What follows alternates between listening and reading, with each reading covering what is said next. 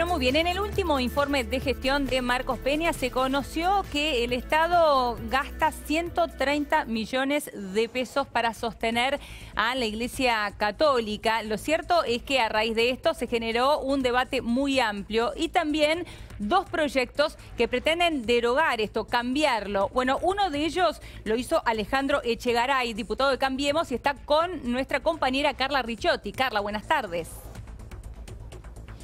Hola, buenas tardes, Helio. Sí, estamos con el diputado Alejandro Echegaray, quien fue uno justamente de los autores de estos proyectos que ya han pasado a la Comisión de Presupuesto y Hacienda y de Relaciones Exteriores y Culto para ser tratados en las próximas semanas, y luego se verá de obtener dictamen si aproximadamente en agosto o septiembre pasarían al tratamiento en el recinto. El proyecto suyo, diputado Echegaray, ¿en qué consiste justamente? Sí, es un proyecto que, como bien definían, data ya de hace algunos meses. Fue a posteriori del informe del jefe de gabinete Marcos Peña, el informe que diera en el mes de marzo. Y concretamente esto nos generó una posibilidad de investigar de qué se trataba esta situación, y encontramos un hecho que, en primer lugar, nos llamó mucho la atención. Muchos diputados creíamos que este beneficio databa de mucho tiempo antes y, sin embargo, data de la última dictadura militar. Este beneficio otorgado a la jerarquía eclesiástica, fundamentalmente obispos, arzobispos, obispos auxiliares, data de 4 decretos ley firmados por Jorge Rafael Videla y uno firmado por Reinaldo Viñones, el último presidente del proceso militar. Esto ya nos planteaba una cuestión que tornaba revisable esta situación, entendiendo de que, como legislador, entiendo que esta situación no tiene nada que ver con el sostenimiento del culto católico, que en definitiva el Estado compromete ya ingentes recursos presupuestarios en otras cuestiones en el sostenimiento del culto, tal cual tenemos el precepto constitucional, el artículo 2. Perdón, ¿qué es lo que establecen estos decretos concretamente? Estos decretos establecen beneficios personales en carácter salarial, porque por más que se diga que no son salarios, porque tienen aguinaldo, tienen las mismas situaciones y tienen un cargo testigo que lo equipara a estos salarios, que es el de juez en primera instancia de la Nación. En el caso de obispos y arzobispos en ejercicio es del 80% del salario de un juez en primera instancia, y luego aparecen distintas alternativas. Para obispos auxiliares el 70% de ese cargo testigo, y para aquellos que se retiraron de la vida pública religiosa, pero que fueron obispos o arzobispos, es el del 60%, y que opera como una jubilación. En este sentido, nosotros creíamos que era importante, primero, revisar esta cuestión de decretos de la última dictadura militar, como han sido revisadas muchas leyes en un montón de aspectos. Segundo, poner en discusión esta cuestión, ¿no? Primero, ofrecer a nuestros ciudadanos, que son los aportantes de los impuestos, en definitiva, toda la información. Hemos votado una ley de acceso a la información pública y, por ende, comprometer esta información y definir también de que por qué razón ciudadanos que no profesan el culto católico tienen que comprometer parte de sus impuestos destinados a esta cuestión, ¿no? Al pago de salarios. Por eso digo, esto no tendría que ver, desde mi punto de vista, modestamente y con respeto a todas las demás opiniones, no tiene que ver con el artículo 2 de la Constitución Nacional. Echegaray, ¿cómo le va? Eleonora Coul lo saluda. Lo estaba escuchando atentamente. Un gusto, Eleonora. Usted recién hacía mención a cuál es el equivalente de los sueldos que reciben hoy los obispos, que siempre se fijan en razón en lo que cobra hoy un juez. ¿De qué dinero más o menos estamos hablando? Usted habló de porcentajes, 80, 70%, según corresponden cada uno de los cargos. ¿Cuánto cobra finalmente un obispo? Yo no tengo la precisión del recibo de planilla, pero estimo que si un juez en primera instancia ronda los 60, 70 mil pesos, estamos hablando de un 80% de este valor. De alguna manera, en el momento que surgió esto, allá por marzo, algunos obispos, inclusive el obispo de La Plata, que bueno, ahora ya no es más el obispo de La Plata, él planteó de que usaba estos recursos para hacer caridad, ayudar a los pobres. otros obispos se permitieron pensar ampliamente, ojalá que sea así, la posibilidad la posibilidad de prescindir de esto, porque en definitiva no hay una buena explicación para continuar con estos beneficios tal cual fueron otorgados en la última dictadura. En todo caso, yo propongo la derogación de estas leyes y discutir, si hubiera que discutir, una situación de transparencia de la relación del Estado argentino con los cultos, no solamente con el culto católico, sino con todos los cultos. Ahora, Echegaray, para que quede claro, usted habló de sueldos entre 60 y 70 mil pesos de un juez, y en este caso el 80% sería alrededor de 56 mil pesos que cobraría un obispo. Es lo que creo que más o menos, o sea, es el salario que más o menos se hablaba en ese momento. La suma total asignada presupuestariamente era de más de 130 millones de pesos, de acuerdo a lo informado por el jefe de gabinete Marcos Peña en aquel momento.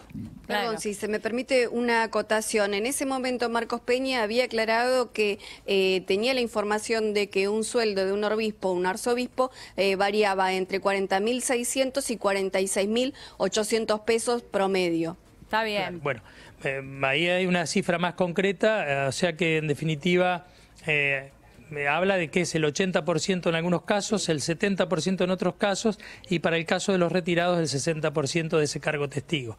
Luego hay otras leyes que establecen... Echegaray, perdón, me quiero quedar ahí. Acaba de decir, en el caso de los retirados, el 60%, o sea que se sostiene no solamente a los obispos que están en ejercicio, sino también una vez que se retiran, se les sigue pagando ese mismo sueldo, pero en un 60%, o sea, se les baja un 10% del sueldo.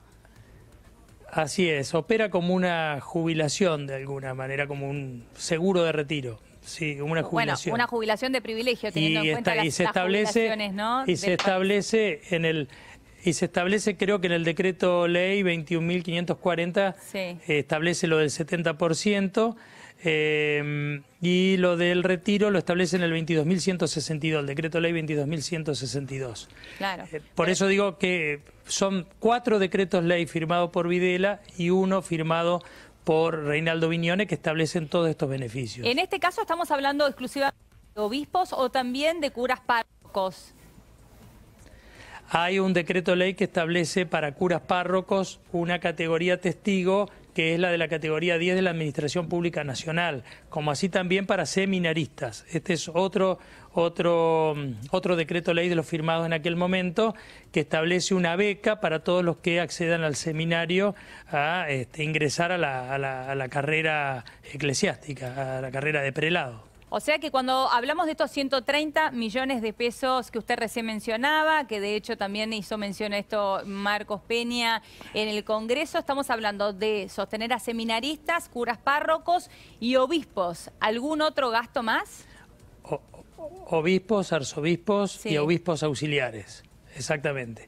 No, esto es lo que establece este punto. Obviamente que el compromiso en erogación presupuestaria por parte del Estado para con la Iglesia Católica, que creo que es muy importante y con esto se cumple acabadamente el artículo 2 de la Constitución, pasa por el subsidio a la educación de las instituciones religiosas, pasa por el subsidio a múltiples actividades sociales, sostenimiento de los templos, del patrimonio arquitectónico, exenciones impositivas, con lo cual existe obviamente un fuerte apoyo presupuestario del Estado en un montón de ítems que yo no cuestiono. Yo estoy planteando la derogación nada más que de estos decretos ley que establecen beneficios personales. Bueno, entonces es importante esta distinción que está haciendo Echegaray, porque es cierto que uno sabe el aporte que hace con respecto a la educación, ¿no? También en estas escuelas parroquiales, la Iglesia Católica, pero usted no habla de tocar esto, sino específicamente los sueldos que se mencionan en estos 4 decretos de la época de la dictadura. Por supuesto, no hablo de tocar eso, no hablo de tocar también mucha actividad social, que también el Estado aparece en convivencia con la Iglesia en el territorio, como así tampoco, digamos, el ejemplo, yo vengo de la ciudad de La Plata, la culminación de las obras de la catedral fueron hechas por el Estado en aquel momento por una gestión, creo que fue la gestión de Duhalde, como así también la situación de restauración de la de la iglesia de Luján. Obviamente que ahí hay una cuestión de sostenimiento del patrimonio arquitectónico de un país, de todos, con lo cual yo esas cuestiones obviamente no las observo de ninguna manera. Es más, me parece muy razonable, por múltiples razones, sostener el patrimonio arquitectónico y cultural de nuestro país. Bien, muy bien. Entonces, queda clara su postura, Echegaray en este caso. Entonces, específicamente hablamos de los sueldos, no del resto de lo que hace la Iglesia Católica. Por último, para cerrar, ¿hay algún tipo de control de para qué se utilizan estos sueldos o son exclusivamente para que vivan los curas párrocos, los obispos, los arzobispos? Son asignaciones personales, por lo cual yo creo que algunos obispos plantearon, como en aquel momento el obispo de La Plata, Monseñor Aguer, planteó que él lo usaba en gran medida para caridad.